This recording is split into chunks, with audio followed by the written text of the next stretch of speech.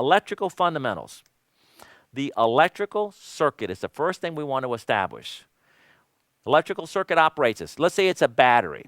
Now, we're not going to get involved with the electrons travel from negative to positive, negative. We're not going to get into that. Let's just say they travel off the negative polarity of a battery, and they go through an overcurrent protection device showing a fuse. Then there's a switch, and then it's going to go to the light bulb, and then the current travels back on this neutral conductor going back over to this battery.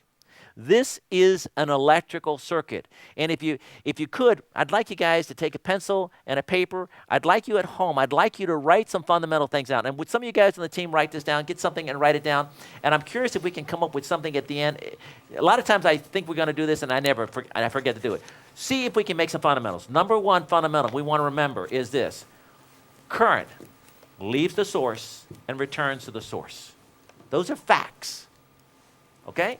Current leaves the source, returns to the source. Take a look at this graphic. That's number one thing. Write it down. The current leaves the power supply, goes to the load, and returns back to the... That's called an electrical circuit. That's the way it works.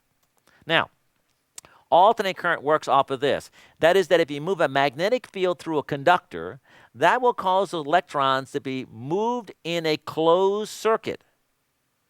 If you move it one direction, the current, you can see the current's going to the right. And then if you move the magnetic field the other direction, the current then goes in the other direction. But no matter whether you're running a DC circuit, where the current leaves the source and returns to the source in one direction, or whether you're running an AC circuit where the current leaves the source, goes back to the source, and returns and alternates current, you still have the same case. Here is an example. You have a transformer, which has a primary, and current leaves the previous source, returns to that source, and then it creates magnetic coupling, and it forces electrons on a secondary to leave the source and to return to the source. So basic fundamentals of an electrical circuit is current leaves the source and it returns to the source. That's electrical circuit. What current does not do, current does not go to ground. Number two, right? One, leaves the source. Number two, current does not go to ground. It goes to where? Current leaves the source, returns source. We're not talking about lightning protection. We're not talking about utility distribution systems. We're talking about, hey, it's a 120-volt circuit. It's a 120, 208, 277, 480. It's just an electrical circuit. It leaves the source. It comes back to the source. That's the way it works. It's not going to ground. Okay, let's go to the next concept I want to work on. Has an electric shock. All right, we can see the power supply here on the secondary. Current leaves the source, returns to the source. If somebody makes contact with the energized conductor, then electrons will leave the source, return to the source through the light bulb, but also travel through the individual, travel to the foot, getting back to the source. That means that there's a parallel path. This person is in parallel with this light. What's real important is we're going to get into grounding and bonding theory, and you guys are going to be like, what the heck is he talking about? I thought, listen, if you don't understand electrical theory, I would recommend that you stop right now, or at any point that you started getting confused, say, listen, contact MikeHolt.com, go to the internet, call my office up and say, listen, I thought I understood electricity. I thought I understand, but I don't know what he's talking about. You need to get the electrical theory book, which is theory, which is practical applications for the purposes of understanding the NEC. You're not going to understand this if you don't have a good understanding of electrical theory. This is not a theory course. This is a quick course of some fundamentals. We know that you know theory. All right, let's go back to our graphic here. So electrons leave the source. They travel back to the source through the light bulb and the person in a parallel path. And the laws of parallel says this. Voltage of resistors in parallel are what? They remain the same. Number three. Voltage in a parallel circuit remains the same. That's another important concept that we want to have, okay? Write it down. Voltage of a parallel circuit remains, every resistor will remain the same voltage. Let's go back to this graphic here. That means that if I show a voltmeter over here, that the voltmeter across this light bulb would be 120, and the voltmeter across this human would be what? 120. You guys follow the logic there? Now, you can get shocked with your hand to your foot with a conductive path to the earth, or from hand to hand that's making conductive path back over to the earth. Now watch this. Electrons, are they trying to go to ground? Go back to our notes. What was the note that we said? Number two, right? Electrons are not going to ground, are they? They're going what? Back to the to source. number one, to the source. So looking at this graphic here, you say, well, wait a minute now. Electrons are going to ground. No, they're not going to ground. They're doing what? They are using the Earth as a return path because this system is grounded, which means since you have the system grounded, I'll talk about what a system grounding is in a little while. But just accept that if a system is grounded and you make contact with something and you're standing on the Earth, the electrons are not going to ground. They're taking the path that it is to get to where? To the source. Now look at the graphic here. So they make a contact from the hand, it goes to the heart, to the foot, and it travels through the Earth. They're not trying to go to ground. They are going to the source, not trying to get to the source. They are going to the source. If you make it from hand to hand, again, this is what, 120 volts across the light, and across this person, we'd have a voltmeter. It'd be 120 volts across this person. Now, the severity of electric shock, how severe is this? Is dependent on the path through the body it flows and the magnitude of the current. Let's watch this. This represents resistance. From this hand to this hand represents 1,000 ohms. Okay? That should be 1,000 ohms. And from this hand to this foot, it would be what? 1,000 ohms. This represents the resistance from hand to hand. Now, these values from the CEI 1984 standard, you guys can look it up to get the information there. Now, hand to your stomach is 500 ohms. That means that if you're leaning on a bar joist and you happen to touch something, your resistance just went down from hand to hand is 1,000. Hand to your stomach is what? It's 500 ohms traveling through your heart. So you can see that depending upon the path through the bodies, determine how much you're going to be impacted, which we'll talk about, which is the heart. The key here is it takes small amount of currents through your heart that cause you to die, to become electrocuted. And current is a function of impedance. Let's take a look at this next slide. Current, which is how many amps is traveling through your body, is dependent on the contact voltage and the resistance of the path that it flows through the body. So here, the resistance of this body is 1,000 ohms. How do we get that? We were over here. This is the CEI standard in 1984 was established. Hand to hand, or hand to feet is 1,000 ohms. We'll go with the worst case. Now, this 1,000 ohms, worst case, hand to hand could be a lot more than 1,000 ohms. I mean, you know, it could be 5,000 ohms. It could be 10,000 ohms. But it could be a lot less. Are you wet? Are you an old-time electrician, hard, rough hands where you kind of got to touch the fingers and try to measure that voltage because your contact resistance is so high? But it's a variable. Are you gripping around it? Are you just touching it? But we got to work with something. So we're working with 1,000 ohms as a standard. That's the number. It could be lower and it could be higher. But let's just go with 1,000 ohms. Looking at that value.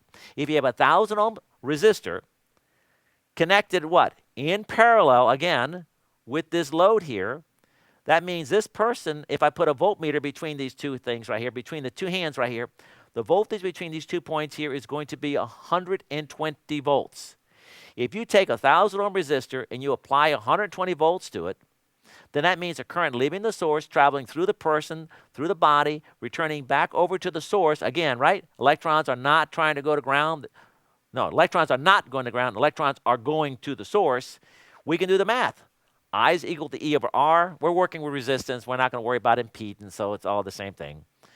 The current is 120 volt circuit, typical circuit. Person's 1,000 ohms. It's 120 milliamperes. In other words, it's 0.12 amperes. Well, what does that mean? It means nothing. It's 120 milliamperes, 120 milliamperes, or 0.12 amps. It means nothing until we put it into context. So let's apply the context we're looking for. Electrical sensation is 0.3 to 0.4 milliamperes. In other words, I sense something. I notice something. Somebody says, you know, I'm feeling a tingle. They can barely feel something. So that's less than 1/2 of 1/1000th of 1 ampere. Remember, hand-to-hand contact at 1,000 ohms at 120 volts is 120 milliamperes. You're going to feel it at 1/2 of 1/1000th of an ampere. So that's just perception. Let's go to the slide again. The next thing is you can perceive it, but you're not uncomfortable. Then you go perception, and then you let go. You're like, hold on. Whoa, I just got shocked. So we don't know that's about 1 milliampere. Now you notice that there's two different values, the smaller value to the higher value. We'll talk about that. The next one we want to look at is the maximum let go threshold. that's when you got on something and you're like, oh, you're getting shocked, but above that value, you cannot let go. So and if you can't let go, game over. You're going to die. Now let's go to the last issue, which has to do with the fibrillation. Now, ventricular fibrillation, you see, the heart itself works off of an electrical signal, and it has its own power supply. So it has its own power supply, and it generates its own energy, and it also generates the electrical signals, and it tells its heart what to do. It's not the brain that does it. You've seen movies where they cut out the heart, and you see the heart pumping. Okay? The body works off of 40 hertz frequency. So now the body's on 40 hertz frequency. We work 60 hertz AC, 50 hertz 60 hertz AC in the United States, 50 hertz AC in Europe. So we're real close to tuning the frequency of AC circuits to the heart and the body's frequency at 40 hertz. And once you get past the skin and you get into the blood, now you get an electrolyte, which is a conductor. You start hitting nerves. Nerves are what? Nerves are designed to carry electricity. You start getting muscle fibers, which are in parallel. And all you have to do is get 50 millionth of an ampere through the heart. We're not talking milliamperes, we're talking microcurrents traveling. That's why when you get into healthcare facilities, it's a whole other ballgame. You get into swimming pools, you get in when there's water, particularly when you get invasive to the body, it's major problems. But no matter what happens, once you get the heart to get confused, now imagine, the heart has its own power supply, has its own signal. It knows what it's doing. It's sending out signals to open and close chamber. And all of a sudden, something comes in at the wrong time, at the right frequency. It gets the heart confused. Now the heart is trying to reset itself. It's trying to get it right. And all it's going is like this. It's called ventricular fibrillation. It's not pumping blood. It's not hitting the right chambers the way it's supposed to be hitting the right chambers. What do? They do a defibrillator. They hit that thing and they, boom. What are they trying to do? They're trying to stop. Once they stop the heart to do what? They hit it a second time. Boom. Try to get the frequency. Try to get the heart going again. What we don't want to do is we don't want to get an electrical circuit in some way or somebody get an electrical circuit for a fraction of a second where it gets into the heart, it gets a heart ventricular fibrillation, and then it's over. Now, here's an example of the determining. This study was done in 1960, I think it was, and I can't remember. It's Dazzler, D-A. Charles Diesel. Charles Diesel. UC Cal Berkeley. And so anybody wants information, you get with our office, or you can go on the internet. I'm sure you can find this thing easily. He's the one that he's the one that determined GFCIs. He would hook up somebody, put his hand on here, put a hand on there and say, okay, we're going to turn this up and we want you to perceive it. And that's how they got these numbers. And then here's a girl. Okay, she's holding it. And over here you can see this guy right here. Now, you know he's not letting go. Now, you don't see all the photos in here, but the best part of this study, when you look at the photos, when you see the guys that are doing it, they're all like all contorted. You see all the other guys in the background. They're doing that. And so you know, if you had, there were 40 students, 22 males and 18 females. Females are like, oh, I'm done. Yeah. So the threshold values are lower for women than they are for men. But the studies have actually shown it's not because of the women being more sensitive than men. I got 5 daughters and a wife. I kind of understand how that thing works, really. It's that the woman is lighter than a man. The study was done where the woman's weight was 100 pounds and the male's weight was 160. So when you see all these values here, it has to do with mass. Back to looking at our graphic here, looking at it differently. Electrical sensation, determining the perception current on the hands. So it's what? Less than 1/2 of a milliampere. Perception let go, determining let go right here. You can see that guy, how distorted he is. So that's, and of course, you can go all the way to fibrillation level. So this has to do with mass. A 160-pound woman, her maximum let go threshold would be about 16 milliamperes. It's 1 milliampere per 10 pounds is your let go threshold. So a 200-pound person would have a let go threshold of what? 20 milliamperes. A 50-pound child would have a let go threshold of what? 5 milliamperes. GFCIs operate at what? 5 milliamperes plus or minus 1. GFCI does not mean it's not going to kill you. It means it probably won't kill most people. But if you're 50 pounds or lower, we don't know what's going to happen. All right, we understand what electrical circuit is. That was done number 1. We understand electric shock, how it works, how the current travels in there. Well, how do we stop electric shock? I mean, like, this is the whole purpose of grounding and bonding. Is like we want to make it safe from electric shock. Here's how you provide it. Preventing electrical shock. Easy. Remove the source of voltage by opening the circuit protection device when a ground fault is determined. All right, hold on. Get your book out. How do you make it safe? Turn the circuit off. That's it. If you have a fault somewhere and something is energized, there's nothing you can do about it. There's nothing. All you can do is what to make it safe? Turn it off. I could end this DVD, the whole course could be all finished right now, because that's how you make it safe from electric shock. You turn it off. Let's talk about, well, how do you turn it off? Well, let's say we have a 100 amp breaker here. We're supplying a panel over here, and then there is a fault to the enclosure. We've already established current is in a circuit. Is that right? Current leaves the source, travels to the enclosure, and look what it does. It's traveling on this conductive path right here, getting back to the source. If we have the conductive path, this is all electrical theory. Again, if you don't understand it, get the theory course. If you have a conductive path that's called a low impedance path, you got to understand what impedance means. Then when you have a fault current with a low impedance path is going to cause a high fault current. Now, the way circuit breakers operate so that the higher the current, the quicker it takes for that device to open. Have a 120 volt circuit here, and then it's 240 line to line. There's a fault between one phase to the ground. This is a 120 volt ground fault. Current's traveling on this conductive path right here. This is called an equipment grounding conductor, green wire, EMT, whatever. And then this is going to be called a system bonding jumper. A supply side bonding jumper, which we'll talk about later on. And then you're going to have a system bonding jumper. These are all titles that, you know what, we don't really care what they're called. What really matters is there's a fault that hits the enclosure. That fault has to have a conductive path. It's called an effective ground fault current path from the point of a fault back to the source. And the purpose of this effective ground fault current path is to turn it off. We want to have on a 100 amp breaker more than 100 amps in the event of a ground fault. We want as much as we can to turn the breaker off as quick as we can.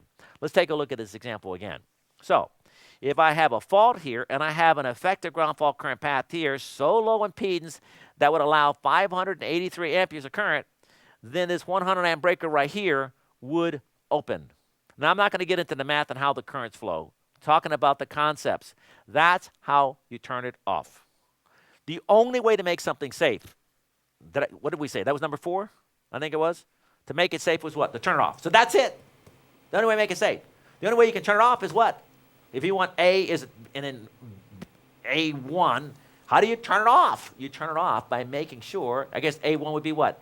Have an effective ground fault current path to every piece of metal that has an electrical circuit connected to it or that could energize it. If you bring a conductor back from the point of a fault back to the source, then we will always turn off the protected device if everything is properly sized and properly done.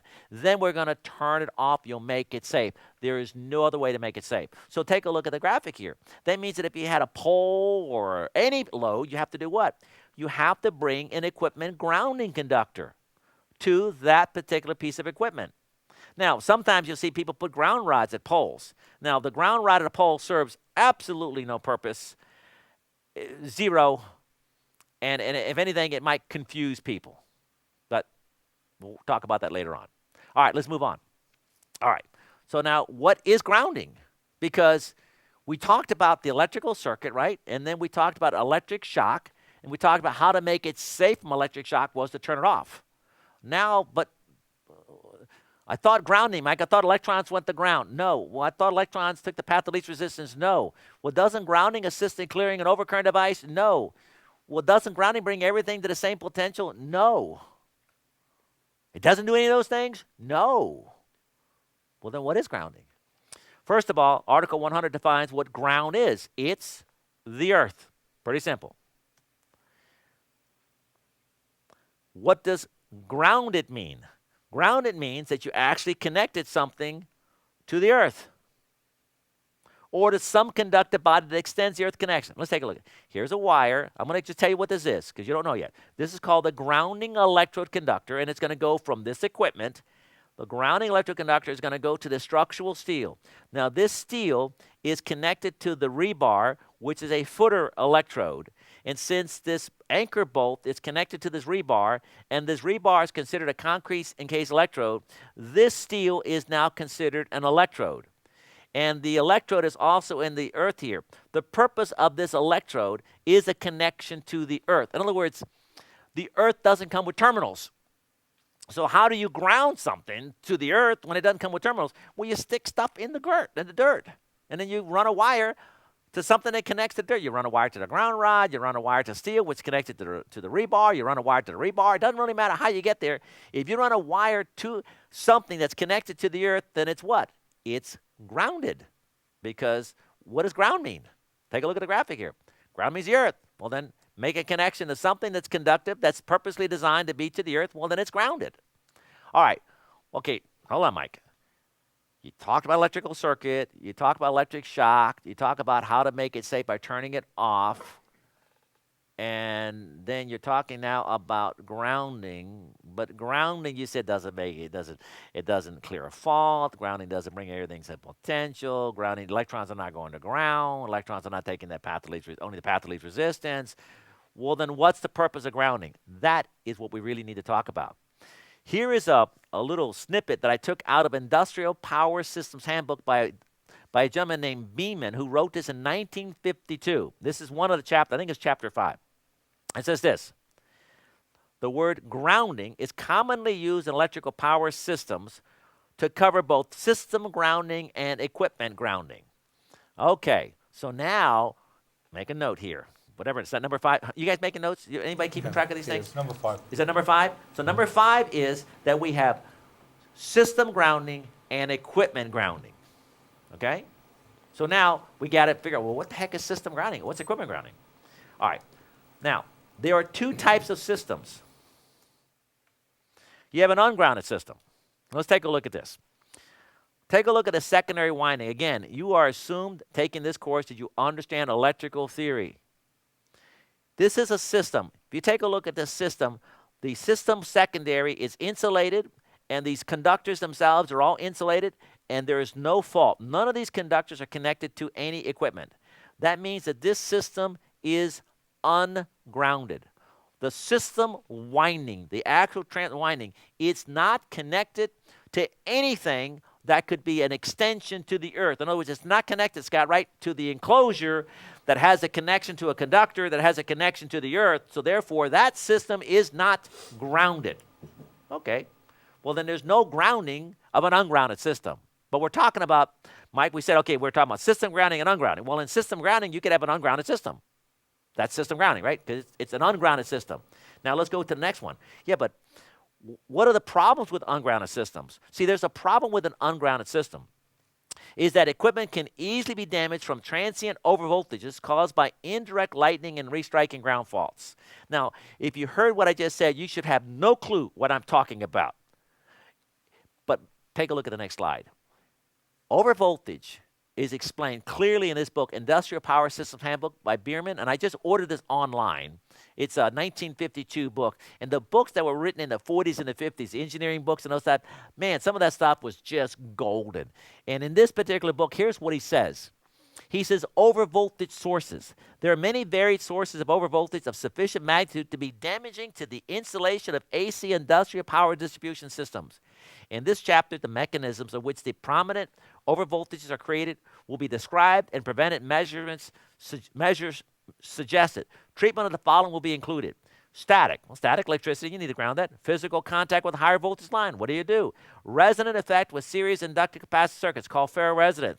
Repeating intermittent short circuits. That's the restriking ground faults. Switching surges. Force zero current interrupting. I have no clue what most of that is even talking about, because it's the problems associated with ungrounded systems. So let's go back to the graphic here. So if you go to an ungrounded system, you have problems.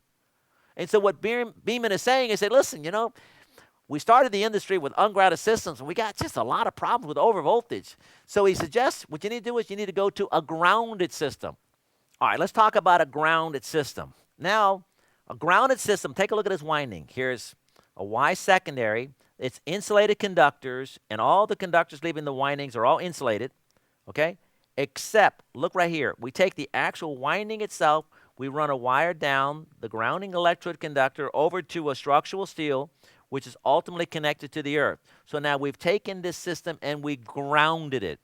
Now, why do you ground a system? You ground a system because Beeman explained these 8 things, including lightning and all these different things that can take place, whatever they happen. And you can have an overvoltage on the insulated system that's not grounded, and this capacitive charge is induced energy, all that stuff that's on those conductors. There could be a problem that there's going to be failure rate of equipment, so you ground a system. So you say, well, why would you not want an ungrounded system? There's reasons that you have ungrounded systems, and there's reasons why you don't want an ungrounded system. So I'm not going to get into systems, but pretty much for today's installations, we have grounded systems because they found the problem with ungrounded systems. We want to ground a system. All right, let's move on here. So a system is grounded. Take a look right here. A lightning event outside strikes. It induces energy. It brings in energy into the building. It expands and it collapses that energy.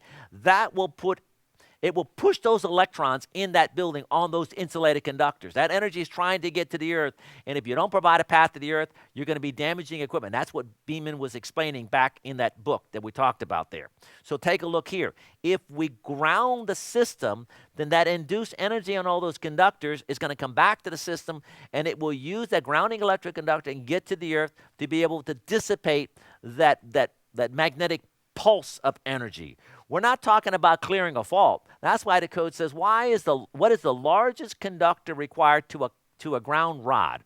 The answer in 25066A is what? 6 gauge. So if you have a 2,000 amp service and you're using 2 ground rods as your electrode, what size do you need? 6 gauge. Why? Because we're just trying to bleed off this magnetic pulse of energy to the earth so that we can have this system so that it doesn't have an overvoltage condition, so that it doesn't get damaged. But what's the sizing? Rather, the routing of the grounding electric conductor. Look at this graphic right here.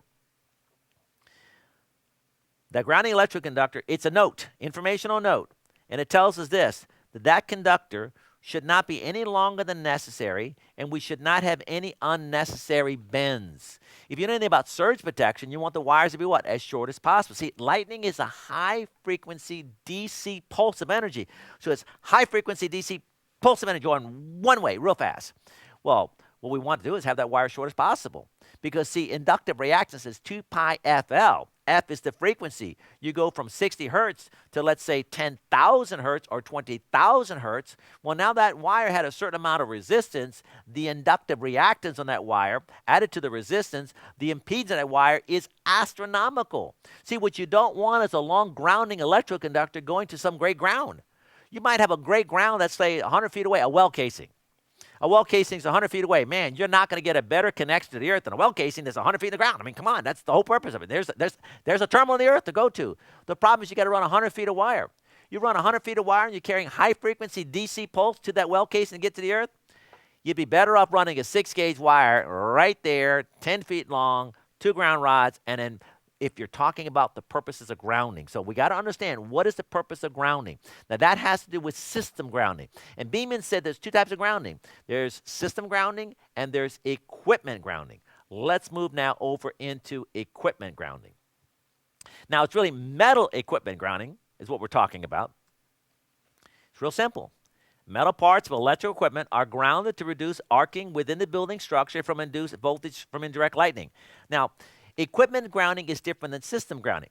Electrically, it's the same. The wire looks the same. Here's what I'm talking about. You get a system which is insulated windings with insulated conductors inside of a building, and it's ungrounded. You have a lot of different 9 or 8 different conditions of overvoltage. It causes this high energy on these conductors. They end up destroying equipment. They found that out. Oh, man, that's a major problem. So we then go to what? We then go to system grounding. What is system grounding? You take these insulated systems and these insulated conductors. You make one connection from the XO terminal. You go to the earth. We can bleed off that energy. We're talking about conductors. You're not likely to kill anybody if you don't have proper system grounding because it's the equipment themselves that's going to fail. But equipment grounding is different. Follow this concept. Take a building with all kinds of metal all over the building, steel, piping, electrical boxes. There's no conductors in there at all. And none of this piping in any way, none of the metallic parts is connected to the earth. It's not grounded. A lightning event outside, it does what? It pushes those electrons on all those metal parts. Where is that energy trying to get to? It is a DC pulse, high frequency, high voltage, huge amount of energy that's trying to get to where? To the earth. If you don't make a connection to that, there might be some plumbing pipes in there or some other thing beside the electrical that has some connection to the earth. Inside the building, what happens then? There's arcing side flashes called. So this million volts of induced energy on this electrical system, metal parts, has no place to go to. And it says, hey, I'll just go over to that steel column or I'll go over to that plumbing pipe. While it's doing side flashing, it could go through something combustible. It could cause a fire. In addition, if you're in a building that has metal electrical systems and the equipment is not grounded and you have a lightning event outside inducing huge amount of voltage, you happen to be standing next to something while the lightning strikes at that instant, you could have a side flash through you because you are the capacitor path over to the earth. So equipment grounding is absolutely critical that the metal parts of equipment, they're all what? Everything in the building is all connected together. Another word would be what? Bonded together. And then we take all the metal parts and we do what with it? We make sure we go to the earth at one spot and only one spot only. Take a look at this graphic. And how do we do that? Well, at the service, you run a grounding electric conductor right from that equipment, which is connected to the neutral, and you go to the earth. Or you got a remote building. You're running a feeder to a building, you do what? You run a grounding electric conductor from the equipment to the earth. This is called equipment grounding, that we want to make sure that the equipment is connected to the earth. Now, are we carrying fault current? Are we grounding because we're going to try to clear a fault? No, you can't clear a fault with grounding. It's the earth. It's just a spot that it's a spot that you put DC high frequency pulse of energy just to the earth one way. We want that wire to be what? As short as possible. We don't want a whole bunch of bends. And we want it to be right there. And so that is called equipment grounding. Well, Mike, if I run PVC from the service to a remote building and I bring an equipment grounding conductor and PVC, do I still have to have a ground rod in the building? Of course. Understand something. What do we want to do with a grounding electric conductor? As short as possible to an electrode.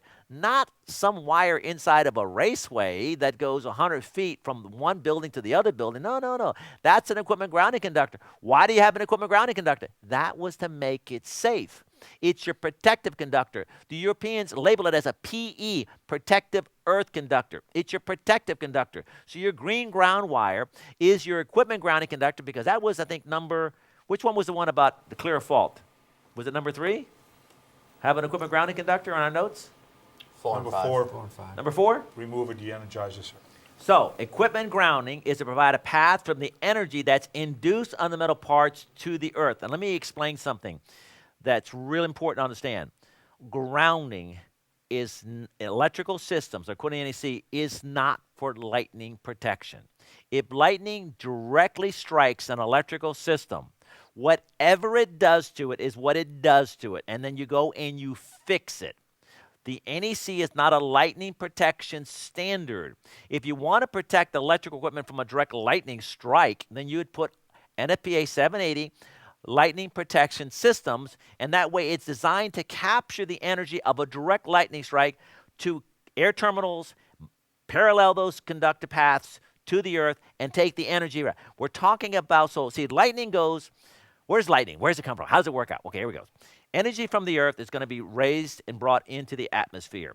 Okay, the sun, so you have this energy. Now you have the energy raised in the atmosphere. It goes up, it gets cold. When it gets cold, guess what happens? Then the molecules become ice. The ice particles start bouncing across each other, and they start breaking apart. And you got negative charges, positive charges. Now you got charges all over the place.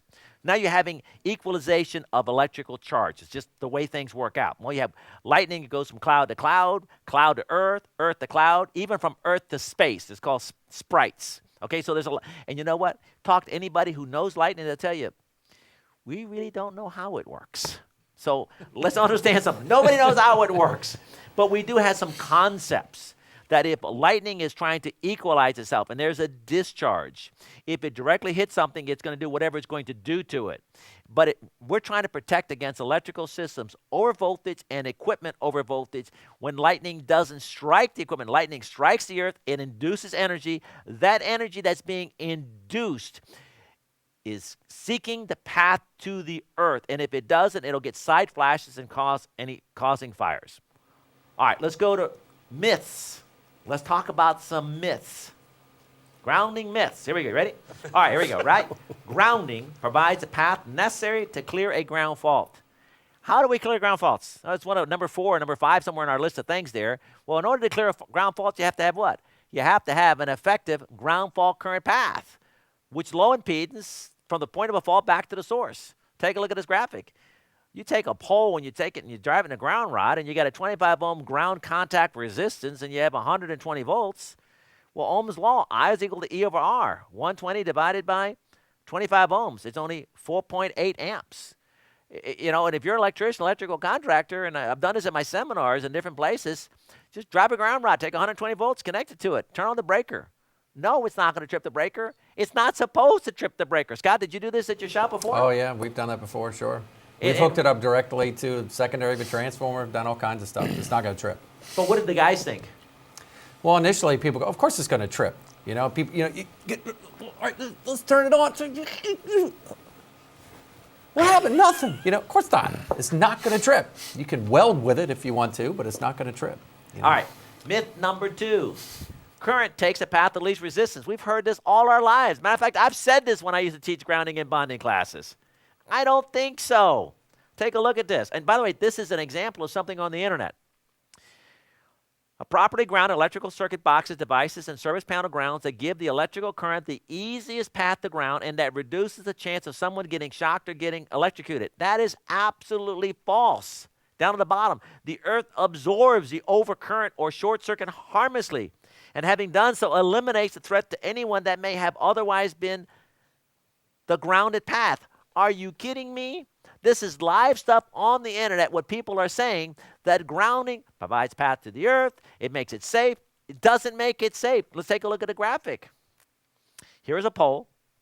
This is a typical utility installation. The electric utilities do not have an equipment grounding conductor, but they'll drive a ground rod next to it and connect it to the pole. Well, if you have a 120 volt fault, we saw previously the current of a 120 volt fault was only what? 4.8 amps. There was the math right there. So take a look right here. You got 4.8 amps. Yeah, a male dog will go take a leak on the pole, and there have been male dogs taking leak on poles that have died. That happened in Illinois, where Illinois had traffic signals, and they didn't have any ground rods at all, and a male dog took a leak and died. And they're like, oh my gosh, man, we got it. So it could have been a person. They went around and drove ground rods. That was in 1970. In the year 2000, another male dog took a leak on a pole in Illinois, okay? Got killed, owned by a female attorney. You know, this is the kind of stuff you don't want to do. Kill dogs that are owned by female attorneys. Well, guess what? They got me involved in it. They ran an equipment grounding conductor to every single thing, to all the equipment. Do they still drive ground rods? Yeah. Why? Because we've been driving ground rods at poles. It didn't work before, but it doesn't matter. We drive ground rods. No, ground rod serves no purpose. What serves a purpose is what? An equipment grounding conductor. So anybody making a statement that grounding makes it safe, electrons are trying to go to ground, is false. Here's another myth. Grounding brings everything to a zero potential. This reduces touch and step voltage to a safe value. Absolutely false. Here's an example. If you have a pole that's grounded with no equipment grounding conductor, you will not clear the fault, and you will create a voltage gradient in the soil itself, right across the surface. And if you are 3 feet away, that voltage gradient will be about 75% of the applied voltage. So on a 120 volt circuit, 75% will be 90 volts. How does that work out? Well, this gets really, really, really complicated. So you might be like, I don't understand what it is. Oh, just trust me. You know what? Don't even trust me. Go drive a ground rod, put an amp meter on there, measure the current, go 3 feet away, realize it's 90 volts, 3 feet away, and realize maybe it's something you shouldn't even do in the first place because you can get killed. Mm-hmm. Yeah. So you got to really, really be under some kind of controlled environment to understand. Think about it, you're taking a 120 volt wire, you're putting it on a rod, which means the rod is how many volts? 120 volts. The voltage doesn't go away. You can't get rid of voltage, and now you stick it in the dirt. It's 120 volts at the rod, but it's 0 volts at the source, which means what? There's a voltage gradient, and it's not linear. It is this huge gradient rise right near the electrode, and it has a function of the resistance, contact resistance of the electrode to the soil. And this is in the green book, IEEE green book. I think it's 142 is the book number. Yeah. And I think this is table 4 or something like that. And it shows you the distance from electrode, what the percentage of the resistance is. If you go 1/10 of a foot away from electrode, that represents 25% of the resistance of that circuit, which is the earth. If you go a half of a foot away, it represents 52% of the resistance of the earth. And if you go 5 feet away, it represents 86%. All right. Here it is. 1/10 of a foot away is 25% of the resistance. 25% of the voltage is equal to 30 volts. This is really difficult to understand. What we're saying is that you drive a ground rod, it's 25 ohms, but the earth itself has zero impedance. The earth is fine. You can use the earth as a conductor. Tesla, I mean, he was all into that stuff, trying to use the earth as a conductor, send out the magnetic fields, right, the waveforms, and be able to have it come back. The problem with Teslas is that it doesn't come with connections. The earth doesn't come with connections, so you got to do it. So now you got to stick something in the earth. When you stick something in the earth, guess what? It's a high contact resistance. The earth has all these parallel paths. That's why the earth itself is a good conductor, because it has what? 8,000 miles of diameter of a parallel path, which is great. But the problem is when you make a connection at each end, or when you make a connection at one end, that contact resistance is high. And when you make the immediate connection to that location, what you have is you have very little soil right there. And then it gets what? More soil. Then you get more soil and more paths and more paths and more paths. Take a look at the graphic here. So if you're 1 foot away, you have a certain amount of paths, and 1 foot away represents 68% of the resistance. And if you go 3 feet away, well, now you've done what? You've increased your paths. In other words, you got more paths to work from, okay? Well, if you have more paths to work from, well, then it's resistance.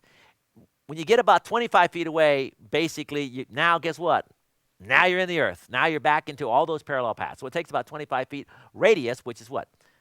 50 foot in diameter. So now, if you understand that the voltage drop of a circuit, okay, Kirchhoff's law of a closed loop circuit says that the voltage drop of all the resistors in a circuit equal the voltage source. 120 volt circuit, what's the voltage drop of all the resistors? 120. If you know the distribution of the resistance of the circuit, well, then you know the distribution of voltage, because voltage is directly proportional to the resistance. So let's look at this table here. I know this is a complicated concept, trust me. If 1/10 of a foot away, because of the contact to the soil, represents 25% of the resistance of the circuit, and we're only talking about the earth, well, then 25% of the voltage of the circuit is 30 volts. And if you go half a foot away, it's 52% of the resistance of the contact, well, then it's 52% of the voltage, which is 62 volts, and then 3 feet goes to 90 volts. So let's go over here. This is not the scale, and I'd like to have this one the scale. Maybe we can make one the scale. This is, let's say this was, for purposes of convenience, if this was 120 feet long, you with me, guys? And 120 volt fault, then what would be the voltage drop of the 120 feet earth only? What's the voltage drop in volts? 120 volts. How many volts? 120. 120 across the whole Okay, thing. now, here's what I thought. Well, if I have 120 feet, if 120 volts, well, then there'd be how many voltage drop per foot? In my mind, would be what? 1 volt drop per foot, right? I mean, voltage drop is linear. But the problem is this. The earth is a good conductor. It's the contact at one point that's the high resistance. So voltage is not linear. Voltage is a function of, well, how much resistance does it represent? And the resistance is shown on this table here. Well, the first shell of resistance was 1 foot. 68% of the resistance, well, 68% of the resistance is going to be 68% of the voltage. And if you go 3 feet away, well, that represented 75% of the resistance, which is 90 volts, which is 90 volts.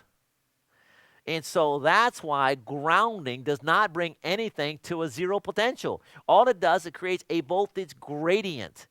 So no, let's go to myth number 4. More grounding, the better. I mean, come on. I mean, we all done that. Like, wow, you know what? 82 octane, 87 octane, 90 octane, 91. Hey, they got there's a special fuel that you can get 107 octane, 140 octane. No, you don't want to put higher octane in your vehicle. You're spending more money, and there's a good chance you're going to damage the equipment. Do you guys know that? How many guys know that in here? Raise your hand if you know that. Depends on the engine. I'm too cheap to buy it anyway. I know, but some people would think, well, you Yeah. know what? But if you got more money, you might say, hey, you know what? I want to do a little better job. My car, I love it's a brand new car. Let me put, no, it doesn't work that way. More grounding, better octane. Understand how octane operates and when you put higher octane. No, you don't put something more than's required because you can damage it. Same thing comes with grounding. You ground for the purpose of what? We have system grounding and we have equipment grounding and we have methods to do that per the NEC. Don't get creative. Let's take a look at these graphics. False. Auxiliary electrode, CNC machines, computer numeric controls. I've been in Boeing in Seattle, Washington area there, and I've been running around in Reddick and all the different places, and we're talking massive equipment, computer controlled machines that do all kinds of great, they cost millions and millions of dollars. And the CNC industry, 50% of them say, listen, we want you to make sure you ground this machine. 25% of them say, we want to make sure that you don't ground the machine. And 25% like, well, check with the engineer. I am the engineer. Check with the electrician. I am the electrician. Like, I don't know, whatever you think. Okay, now there was a study done about CNC machines, and it says, no, you don't want to be grounding a multi-million-dollar piece of equipment. No, you do it according to the NEC. You don't add an auxiliary electrode. But if you do, the code has rules about that, and we'll talk about those specific later on. Scott. Yeah, as I say, Mike, this really happens in a very practical sense. You get equipment that comes in from overseas. It's got instructions. It says, add a grounded connect, put a ground rod in. And as an electrician, if you do that, okay, but you want to let them know, listen, we're only doing this in accordance with your instructions. That this is not needed, it's not required by the NEC. The next thing you know, their machine doesn't work out, and they come out and try to tell you to unhook your equipment grounding conductor, which is just adding to the myth and creating even more problems. So as contractors, even though some of these concepts are a little complicated, you have to be very, very careful. You cannot void the rules of the NEC just because some manufacturer from overseas says you drive a ground rod, you unhook everything else, you're messing up my machines, because it's a real liability issue as a contractor. All right, let's look at this graphic and let's really bring what Scott is saying. He's saying, look, equipment comes in and the manufacturer says, we need to make sure you ground this. And then things have a problem with the equipment. They say, our problem is grounding. Your electrical system is a dirty ground. There's noise on that. We need to disconnect that. They want to disconnect your ground. Audio guys want to do that. Listen, hopefully at this point, I think it was number 4 note is what? You need to turn it off in case there's a fault. I think number 5 was what? Bring an equipment grounding conductor to it. There's nothing else you can do. You cannot violate number 4 and number 5 notes that we have. You can't violate it because if you don't bring an equipment effective ground fault current path there, you don't bring an equipment grounding conductor, then you don't go to number 4, you don't turn it off, and you're going to kill somebody. But they're not thinking about that because everybody thinks what? No, grounding brings everything to zero potential. It assists in clearing a fault. Electrons are trying to go to ground. All that wrong stuff is causing people to make it dangerous. You need to make sure anybody tells you to get rid of the equipment grounding conductor, you tell them absolutely not. You need to have total confidence. You're the expert. They're not the expert. You're never going to disconnect that wire. Never going to happen. And they're going to go nuts. I don't care if they go nuts. I'm not going to kill anybody. Now, EPRI, Electrical Power Research Institute, has a document on power quality considerations for CNC machines. It's a BR 10717. That's a number. EPRI is the Electrical Power Research Institute. There are people out there that are organizations that do all kinds of studies on electrical power. And EPRI study says this. This is a little cut and paste. However, field experience at sites with the supplemental ground rods have shown that the rod may actually increase the risk of CNC electronic damage. These sites are found to be prone to have damage of internal electronics after thunderstorms or utility system faults. So here these guys got, they really believe that ground rod is the savior. That's how it all works. They don't understand. No, studies have shown you don't want to do this. It makes it worse. Look at the slide. Now the statement is this. What this study says, what is believed to occur is a rise in earth ground potential near the electrode, causing a large current to flow on the grounding conductor between the electrodes and passing through the CNC machine. And it says down here, see figure 7. So here's figure 7. Whether it be a lightning striking the earth or whether it be a fault of utility, look what happens. A fault current, where's fault trying to go to, guys? Back to the source. Not trying to go to ground. So if a utility has a wire that's on the ground, the current's not trying to go to ground. It's trying to get back to where? The source. Every single electrode that's connected to the earth, guess what? In that entire Guess what? Look what happens. Current travels in the earth.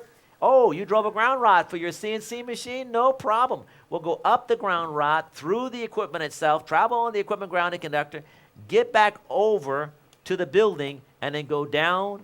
Oh, here's another one. And go up that one also. That is, you have a utility fault. What if you have a lightning?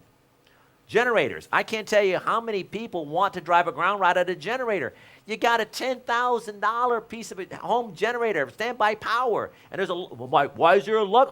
There's a lug on there because it's a UL standard that there'd be a lug on there because there might be an application when you're supposed to use a lug.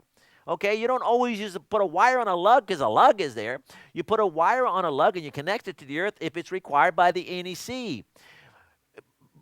I know manufacturers have been changing their instructions, and I don't think there's a manufacturer now that will tell you to ground the generator. If there is, let me know, but I think I pretty much got everybody to change that. But what happens if somebody's the inspector? Well, wait a minute now. A generator there, I need you. So the inspector makes you put a lug in, a grounding electrode, which, of course, he can't legally, but let's say, Mike, I need to get the final here. I got to get going. I want to fight with the inspector. I don't want to upset them. You drive a ground rod. Here's what happens. Lightning strikes the earth. This creates a voltage gradient. It goes over, comes up, goes through the equipment. It goes back down the equipment grounding conductor, over to the circuit of the service, and then back down to the earth. Now, it's not actually traveling on the conductors. If you remember the study that was done with the CNC, it does what? It says that it's creating a magnetic pulse. It's if you don't have electronics. In other words, if you got a disconnect out there, who cares? You're not. It's electronics that are being affected by this this DC high pulse current. Here's another one. The 2014 code is going to allow, because auxiliary electrodes are permitted. In other words, this is not a violation of the code. You can add electrode if you want to. You want to go to that CNC machine, Scott? Let's go back here. You want to put electrode there? Sure. Okay, code-wise, yeah. We don't think it's a good idea, but hey. Just don't unhook your equipment grounding conductor. But don't, okay, thank you very much. You put in a generator, here's the problem. Now the 2014 code is allowing you, and recognizing that you might want to take the array and connect it to the earth. Oh my gosh. Last thing you want to do is take a $20,000, $50,000, $80,000 solar PV system that's all electronic, right? The whole thing is electronic. And now make a connection to the earth from the array, then make a connection at the service. Now take a look at the current. Current travels on the earth. It goes up that beautiful connection you made, goes through your PV array system. It goes down to the equipment grounding conductor, goes through the inverter, and now gets to the earth, and it gets back to where it's going to go to. Last thing you want to do that. But the people who are driving ground rods at arrays, they genuinely believe, listen, man, and I've talked to them, you know what they think it's for? Lightning protection. I said, hold on. That's not how lightning protection works. You don't take an array and then drive a ground rod to array to protect lightning protection. If you're trying to protect something, you actually have to put it around it, not make it part of that. So that doesn't. You got to go to NFPA 780. Let's go to the next myth. We're almost done with this whole stuff here. Grounding a light pole is necessary and required by the NEC. False. In other words, why do we drive a ground rod at a pole? Well, I'm thinking the reason why, because that's the way we always do it, because it told me, I'm still thinking, I like hitting stuff with hammers. There is no reason. But why do people put it in CNC? They really believe it. Why do they put a generator? They really believe it. Why would they put it in an array? They really believe that more grounding is better. But let's just use the logic. Let's just take the pole as a simple example, okay? Let's look. Guy drives a ground rod. He makes a connection to it. Look at that lightning bolt coming all the way down, hitting that array on the top of a house, hitting that generator, hitting that light pole. Do you really think that if you put a ground rod at the bottom of that light pole right here, come on, guys. I mean, I know that some of you guys watching this DVD or watching this live streaming or watching this on the internet are saying, wait a minute, you can't possibly, just by yourself, honestly, maybe nobody else, but you can't possibly think that a ground rod at the bottom of a pole protected the fixture on the top of the pole. There's just no way you can. Look at the graphic again. All right? I don't think so. Now, I've seen this. Look at this cute little ground wire coming down the corner here, going to this little ground rod. Come on. You got to be kidding me. You're going to drive this. We got this huge pole that probably has anchor bolts that go down 15 feet in the concrete. Who knows how massive of a cage it is to hold this whole thing. It's all tied together. You got 12 of these bolts. You really think you're going to run a 6-gauge wire or a 4-gauge wire off of that? You're going to CAD weld it and stick it to something that you actually did something? And actually, Scott, I think you're the one that said last night that, one of you guys said last night that an inspector made you drive a ground rod at a fiberglass pole. Was that you, was Dennis? Dennis. Yeah. A fiberglass pole. Come on. Eric? Mike, there's a comment from the field that Generac does include ground rods in the instructions. The comment was made that Generac does include instructions. The grounding is in there. That's a video streaming guy making this comment. And my comment to you is you're probably wrong. Take a look at your new instructions. Generac has changed their instructions because I am a consultant with Generac, and my understanding is that the current instructions simply say the generator shall be grounded per the National Electrical Code. But I'm not doubting for a fact that that's what it was in Generac's instructions in the past. So I'm pretty comfortable. But if now here's the problem, Mike, what do you do if I do have a generator and the instructions say you have to ground the generator? Then guess what you have to do? Scott, what do you got to do? You're the code guy. You got to do it. You got to do it. Is that a good idea? No. But the problem is, it's the old liability problem. Manufacturer's instructions come with it. You follow the manufacturer's instructions, but do not forget to follow the NEC as well. All right, let's take a look at this. This is something I recently received in an email and some documentation, and this is what was said in the material about this product that was designed for grounding. Let's read it. Sparks, okay? Bonding. Connect components together to eliminate voltage differences. Would you agree that if we tie components together, the difference in voltage between the two components will be eliminated? Yes. So like if we're in a boat, in a fiberglass boat, and have all metal parts in the fiberglass boat all connected together, and the shaft and the motor and the rudder and everything's connected together, and a guy hooks up shore power and he makes a mistake in the connection, and he makes the equipment grounding conductor as the hot conductor, and he plugs it in, will everything in the boat be energized, and the person standing in this fiberglass boat will not feel any voltage at all? True. So the problem is this: what? The rudder, the shaft, the propeller, they're connected to the motor, which is connected to the electrical system. It's what? It's 120 volts. And that's what happened to one guy. He ended up killing his wife, his daughter, and one other daughter survived. They drowned because, remember when you drive a ground rod, you put 120 volts, you get this voltage gradient immediately around the electrode, and then it gets more parallel paths? Same thing happens in water, particularly fresh water. Not salt water, particularly it happens, but the danger happens in fresh water. So bonding does bring things together between the two parts, but the problem is you might be standing on the earth, touching something that's bonded, and then you're dead. Let's look at the next part of this. So the concept of bonding is true. The statement on grounding: attaching a ground reduces the possibility of voltage on equipment in the first place. If I tie these two things together, and now they're both energized, and I drive a ground rod, does that mean now I remove the voltage from the parts? No. Here's another one. Step potential. Placing ground devices in locations that are not usually frequented minimizes the resistance of the ground to minimize the voltage rise and possibly a dangerous step potential. If I drive a ground rod and I connect to something, does that mean I'm not going to have any voltage between the metal parts and the earth or the step potential? No.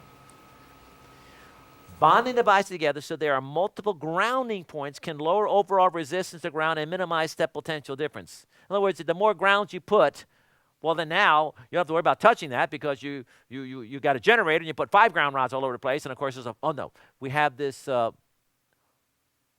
Eric, yours was a CNC machine, okay?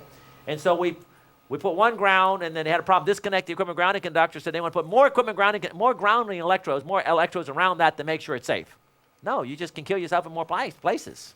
So that's a false statement on that one. Touch potential. Grounding.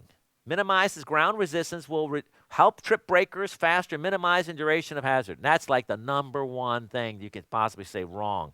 It keeps the voltage rise to a minimum, also reducing the hazard. Absolutely false.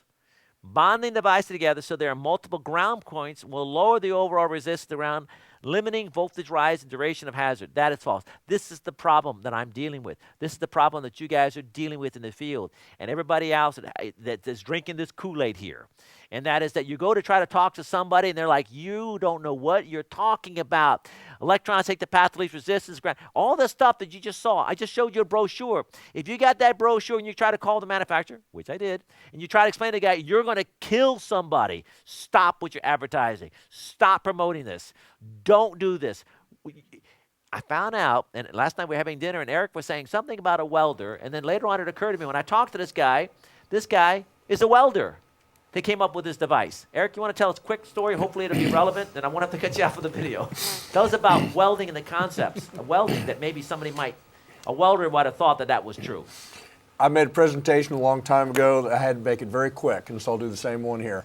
A welding machine is nothing more than a portable electron pump.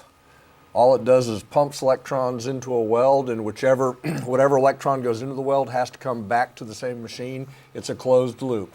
People think that you weld and the spark ends at the point at the gap. Everything has to come right back into the machine. So it's a portable electron pump, and whatever electrons you put in the system have to get back. But why would the welder think something is ground? Because in the welding, a lot of times what happens is you have your two leads, what you're called your stinger lead where your welding rod is. A lot of other people call the other one a ground lead. But actually, if you go to Lincoln, Hobart, or Miller websites, they all say, do not call it a ground lead, call it a work lead, because it connects to your work. It's for the purpose. It connects to the metal parts that you're welding. Yes, or it's the for table that it's. That's right. It's for the purpose of bringing the electrons, if you will, the current, back into the machine. But if you call it a ground lead, then people are thinking, oh, I need to find some ground to connect it to. You don't connect it to ground. Well, if you do that, you really have a problem now, That's right. Because now you take a welder, current goes out, comes back. You don't connect it on the table, but you connect it to the building somewhere, right? Because you need ground. Right. And then all of a sudden you connect this. Now you're welding here. Now those electrons are going where? All through your motor bearings. All over the place to get over to somehow. Who knows? You might have a fire somewhere in the building because you got current traveling in this building because the guy thought, I'm going to put this to ground, right? And that makes the machine work because the machine needs ground to work. And I'm just going to have the electrons go out one way, not realizing, no. It goes out. It's going all over this building and getting back. Thank you very much. I appreciate that. That was excellent. Fact, grounding does not protect against electric shock. Here's some examples. I was involved in this case. Soldier electrocuted in Iraq was negligent. Homicide, Army concludes. And I'm not going to tell you the whole story, but I was involved in this. Here's a Green Beret soldier. He's taking a shower in a barracks. He goes out and kills the bad guys, comes back, there were 16 of these guys. Not all Green Berets, over Afghanistan and Iraq. You know what happened? They have these metal buildings. They have these showers. They have the metal water piping systems. They have a motor that runs the water pump inside there. There was a fault in the water pump. The feeder cable that came to the building was it's a European kind of cable. It has it has an outer braid, and that was the effective ground fault current path. But when they build these buildings so fast, and the contractors who are not electrical people, probably wouldn't matter anyhow, they made a connection, and the braiding of the cable did not connect to the connector to the equipment, so then when there was a fault to the water pipe motor, it energized the entire building, including the water piping system, but there was no way for the fault current return. So now I'm involved in this case because the president of KBR and the company called me this whole deal. I spoke to the engineers in Iraq. You know what the solutions were? Drive ground rods at the buildings. Oh, jeez. Mm-hmm. And I'm like, no. And I'm going around and around and around in a circle. And then I do get upset. You guys, the video stream guys saw me. You start killing somebody, it really, really, really bothers me. You think after what I just covered an hour or so, that you're thinking you're going to drive a ground rod and make it safe. I go nuts. I go nuts on this engineer. I said, listen, here's what you got to do. You don't go out to like 20,000 buildings or 10,000 buildings and drive ground rods all over the place. You have to clear the fault. No. The electrons go to ground. It's the path. I said, listen, go drive a ground rod. Take your circuit conductor to it. Turn it on. Put an amp meter on there. Take voltmeter. Measure the ground. Understand, you don't clear a fault. So, no. Let's go to the next graphic. Unlicensed electrician admits regrets in boy's electrocution. I was involved in this case also in Miami. A young boy goes into a bus shelter. There's a 120-volt circuit, little lights, things like that. He gets killed. They found out the ground rod that was driven for the service on this little tiny building was a 4-foot ground rod. And they're all like, oh, there's the problem. I said, whoa, no, that's not the problem. The grounding had nothing to do with killing the boy. What happened was, at the transformer, which we'll see when we get to the transformers, there was a jumper that was missing. In other words, you have to have current travel back to the XO terminal. That little jumper was missing. So when there was a fault, it energized the bus bench. He sat on the bus bench. He took off his shoes. He sat down, put his feet on the ground, and he got electrocuted. It had nothing to do with grounding. Take a look at this other one. Jordan, man electrocuted at tennis courts. Ryan, tell us a little bit about just your feelings about this case here. Well, this happened in 1989. I actually had never heard of this until yesterday, when I was looking, preparing for today's work, and I saw the heading of this: W. Jordan man electrocuted, and I just froze, and I said, I wonder if that's West Jordan. And I started reading West Jordan. Yeah, West Jordan. Wow, I was born and raised in West Jordan, Utah. This is where I spent the first 25 years of my life, was in West Jordan. So, as an instructor, and Mike, I'm sure you can say this, I tell people all the time, man, people touch traffic signals and they die. People touch manhole covers and they die. But that's in Vegas and that's in New York. Okay, well, this was in a little town in Utah. This happens everywhere. You search hard now. I mean, it can't have taken you very long to find all these stats, because it happens. This isn't Twilight Zone stuff. All I did These was things real quick. happen. I did real quick. I searched for electrocution. I said Miami. Boom. That was the case I was involved in. I searched for electrocution, Iraq. Boom. That was the case I was involved in. And then it brings the other one up, and I just pick it. So I pick a couple of them in there. So there was no intention to be with your Right. home place but the important thing was this was a fence. Here was a case where there was a fault, and then it was a fence. Grounding. You know what happens when they get fences like this, and there's a big deal? They want to drive ground rods at fences. I'm like, the fence is already grounded. Just. Yeah, it's in the dirt. Here's another one. Boy electrocuted and climbing a school fence. Here's another one. Firefighters, Jody Lane. Electrocution. I was involved in that case.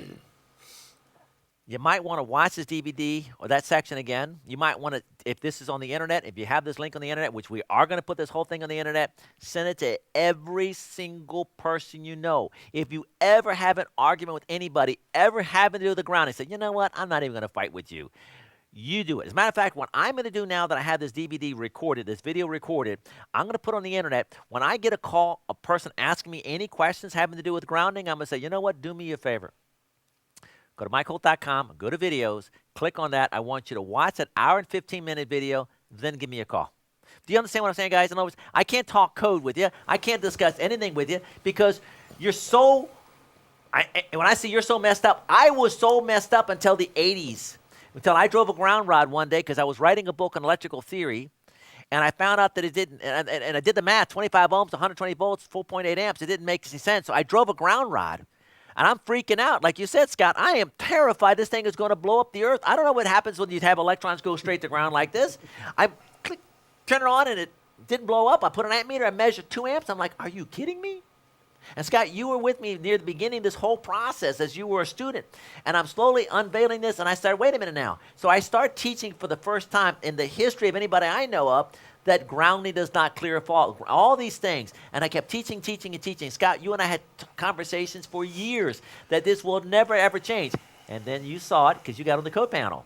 And I remember you telling me, Mike, you know what? Some of the code panel members, see, code panel 5, years ago, none of this conversation that we're having today, that Code Panel 5 today has done in the last 10 years, none of that would have happened. I tried for 20 years, but Code Panel 5 got more people to drink the Kool-Aid, and I think pretty much everybody in Code Panel 5 understands grounding and bonding now. Of course, I mean, it absolutely. is like they understand what the difference is now. That wasn't that way 15 years ago. So the teachings that I've been doing, the writings and the internet and all this stuff, and guys like you getting on the code panel, passing it on, but guess what? And you know all you guys here. You go to a class and you have 100 people in the class, there has to be at least 95% of those people in the class that think grounding and bonding is, they think it the way historically we have thought about grounding and bonding. I taught it that way. In my books it was that way. So I know it's hard for people to make this change, but the fact is, it started by me writing a book on theory, making an experiment, slowly reading it, writing it, communicating it, getting people educated, and now we're at the point that, guess what, we understand how it make it safe. Last comments on the fundamentals. Yeah, one comment in all this talk on grounding has been, I just want to reiterate the scope is for 600 volt systems and less, which is... That is critical. We started that. We're not talking about electronics. We're not talking about utility distribution systems just within the electrical system work. Mike, any comments on you guys? Also, just include data and audio systems. We're not talking about that either. Well, we got to be careful here. Electrical circuits, the data processing equipment, is exactly what we're talking about. Electrical circuits, audio equipment is exactly what we're talking about. We're not talking about the audio cables and how they do whatever they're doing. We're talking about you are bringing in equipment grounding conductor. No, you're not putting a cheater on the end of that attachment plug. You are going to have an equipment grounding conductor. You are going to connect to the equipment. Yeah, but my sound doesn't work. I don't care if your sound doesn't work. I'm not going to let you kill somebody. You're going to figure out a way, and you go to MikeHolt.com, you go to links. There's a link there on audio. There's people who are experts in audio that know what causes the audio problems, and the solution is not to remove the equipment grounding conductor at CNC machines, not to remove it on audio equipment. That's not the solution, because that's not the problem. Ryan, any comments? Yeah, I'll make Article 2, the code's a thick book, but it still can't tell you every single thing to do in every installation specifically. And that's why it's so critical that you understand theory and that you understand the general concept of what we're doing with grounding and bonding, because just knowing that will actually answer most of your questions that you have in Article 250. That is brilliant, because what you're saying is, listen, we need to understand the physics, what's taking place here, and what we're important is to make sure it's safe. And the code can't cover, well, you got to connect it to here, you got to connect it there. You get a generator, you got a transfer switch, you got a 4-pole transfer, you got a 3-pole transfer switch, you got this and that. Whoa, just draw it out. Lay it out. Put the circuits, put everything. If there's a fault here, is there a conductor specifically sized, specifically installed, specifically mechanically, low impedance that meets the code, that it's going to get that fault current back to source for the purposes of what? Turning it off. That's it. Forget about driving ground rods. And what Ryan is saying is that you got to understand the theory, you understand the principles. You can't move forward. I guess like playing any kind of sport. If you don't understand the principles or any activity, you don't even know the foundation. You're in the middle of some game, like, oh, I'm playing cards. I'm not quite sure I don't know what the goals are. No, you need to have the base of the game, and then you can start practicing. Scott? Yeah, I think another key point is these are the fundamentals. There are no exceptions.